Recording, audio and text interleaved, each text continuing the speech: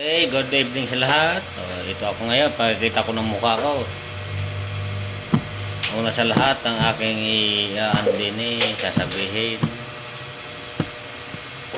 Yung mga vlogger ng mga ano, loyalista. Kayong mga loyalista, imbis na i-vlog nyo yung administrasyon ngayon, hindi, sinisiraan nyo ang mga Duterte dahil kayo ay sahuran, bayaran. Ika nga, magkano ang buwan nyo nga? Magkano ang buwan nyo? 20K? Oh. Ako tinitimbang ko ang mga vlogger sa DDS tapos sa loyalista. Ito ang mukha ko. Oh. Yan ang mukha ko.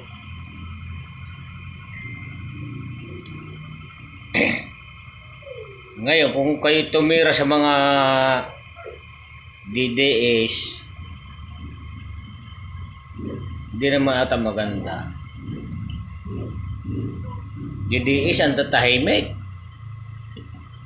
Pamilyang Duterte ang tatahimik.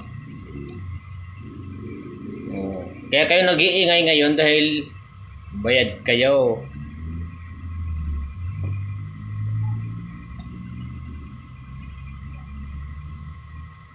Sa totoo lang, bayad kayo.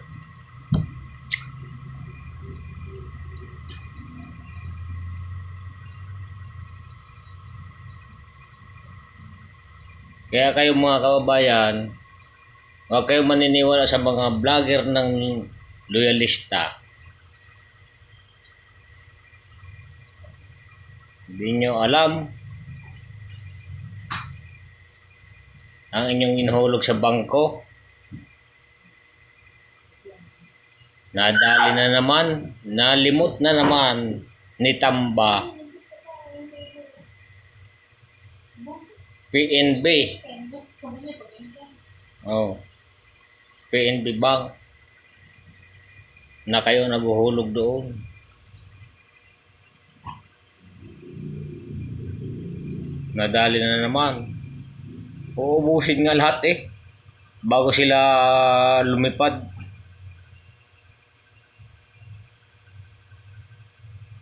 Ang payo ko naman sa mga korupsyon ngayon, kasi ang sabi ni si General yung nagsabi na meron naman sa ibang bansa na mga retired na guerrilla. Bantayan yung maigi yung mga dyan, yung mga tatakas.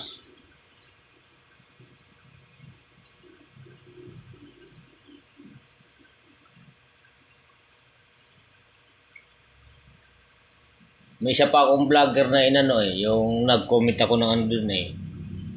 Yung pinalabas ang video ni Vice President Inday Sara.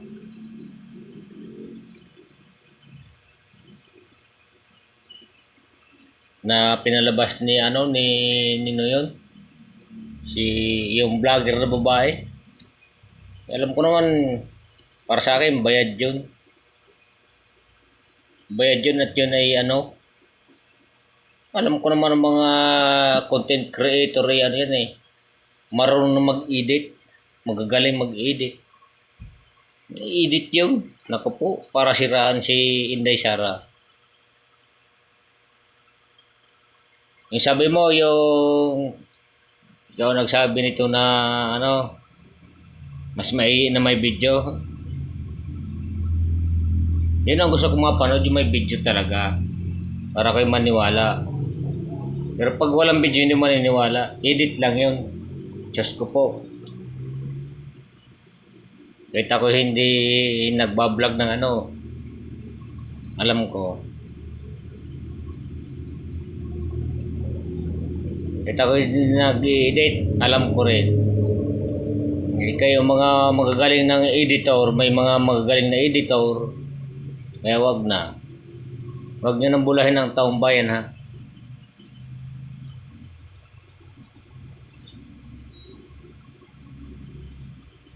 Ito ako ngayon, pinakita ko na yung profile ko sa ano, YouTube. Ay, tambalos-los. Tama-tama na ang ano, walang hiya. Ubos na ang pera ng taong bayan. Hindi ka pa nakukontento. Sa bagay, hindi pa nakukontento kasi ang gusto mo, kapangyarihan sa Pilipinas. Kayo ang maghari. Kaya pala gusto nyo ubusin ang pera ng taong bayan, kayo maghari. Kung sino man ang inyong marinig sa mga gobyerno nagsasalita ng ano, taliwas sa inyo, tatapalan nyo. Yun.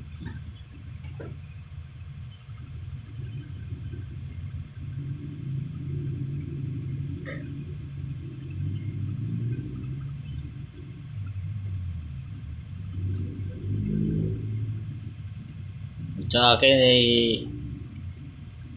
yung nakikita ko lang kay former President Duterte,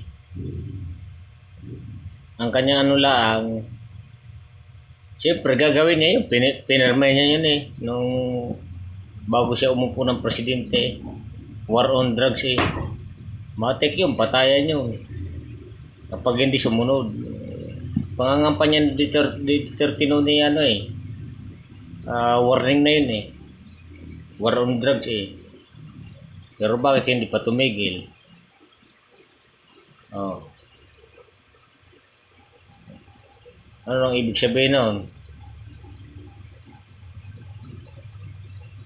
Si Duterte matigas yung presidente.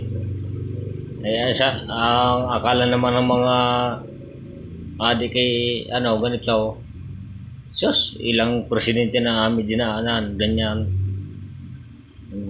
Sa salita lang yan. Ngayon nasubukan. Di ka? Nangyari sa kanila. At kaya naman mga vlogger ng loyalista,